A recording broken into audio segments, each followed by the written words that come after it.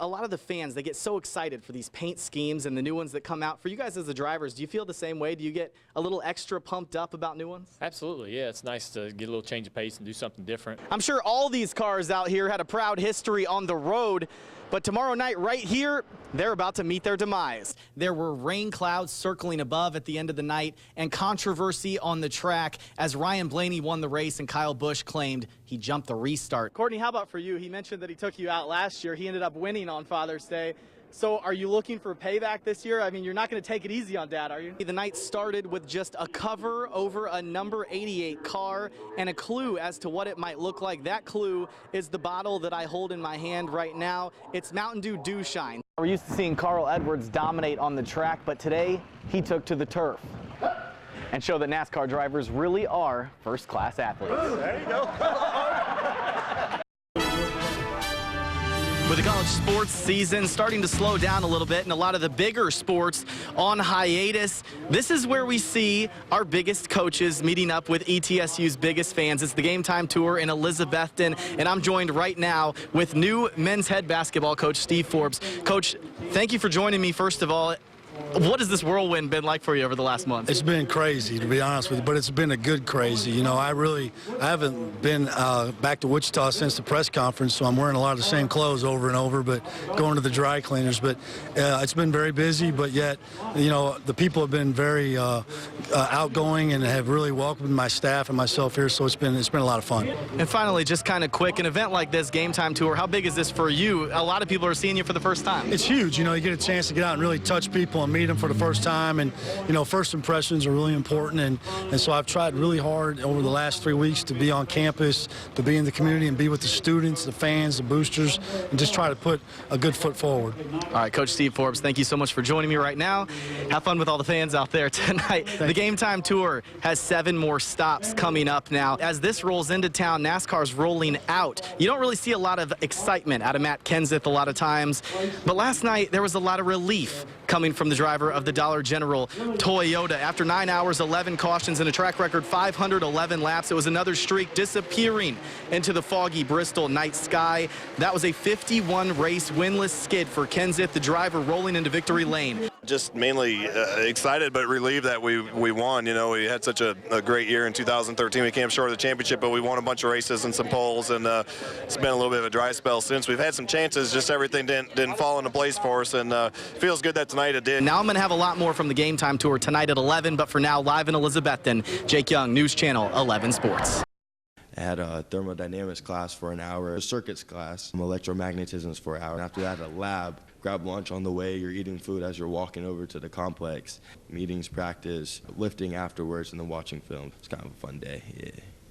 You see the smile on Josh Dobbs' face? That's the look that acknowledges he's not fooling anyone when he says his normal 9 a.m. to 8 p.m. schedule is a pretty fun day.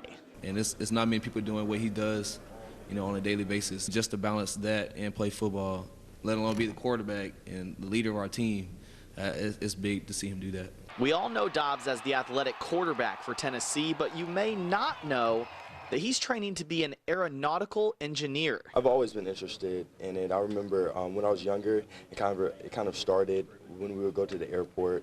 My parents would always get me there early. I would just stare at planes, just fascinated at them. In fact, Dobbs had an internship this summer helping design engines that will be very important in the near future. I'm working on an F-135 engine, which is going to the new F-35 fighter jets that would be that our Marine, Army, and Navy, so we'll all be flying different variants of the plane. Oh yeah, there's football going on during the most complicated of educational pursuits as well. Don't worry, he's got that under control too.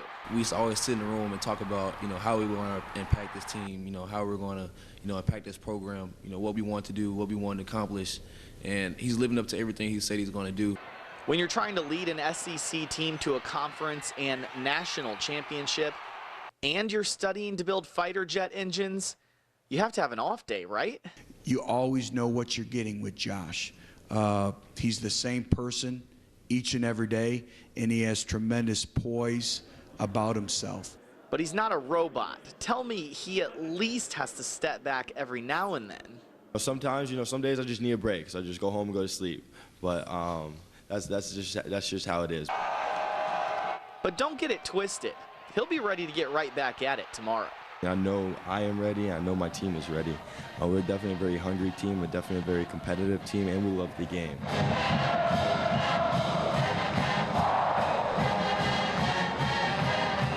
For News Channel 11 Sports, I'm Jake Young.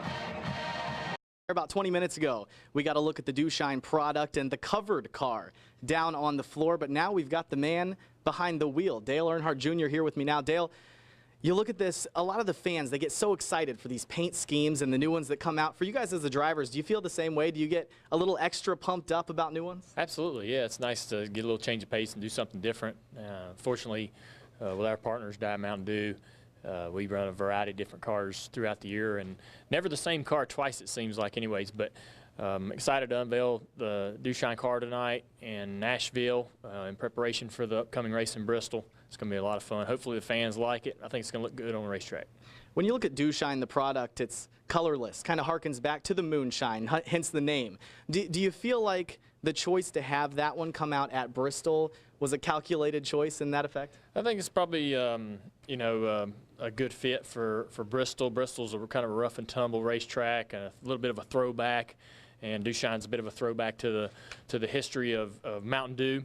But this racetrack definitely has a lot of history and it's been around a long time, and it hasn't changed over the years. You know, a lot of things have changed in the sport. One thing's remained the same as Bristol.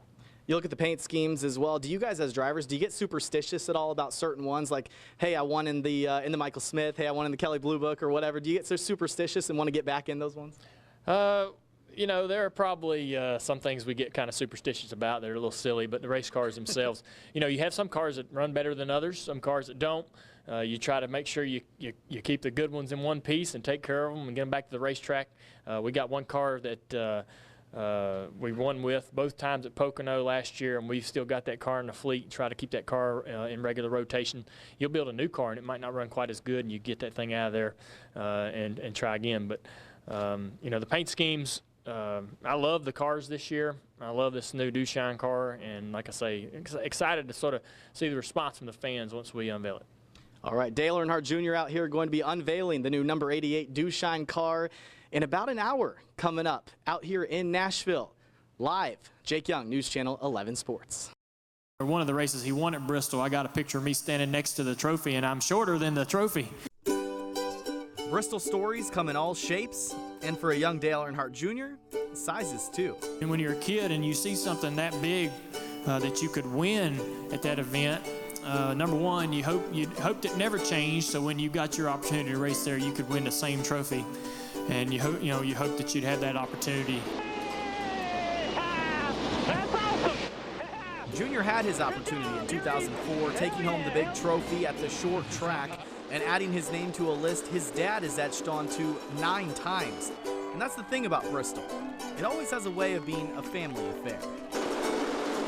Darryl had so much success there through the 80s, and was so much fun for me to watch. And then I was able to win a couple of races there myself. Brothers Darryl and Michael Waltrip have combined for 15 checkered flags at Bristol Motor Speedway, 12 of those by DW in the sport's highest series. I love that track.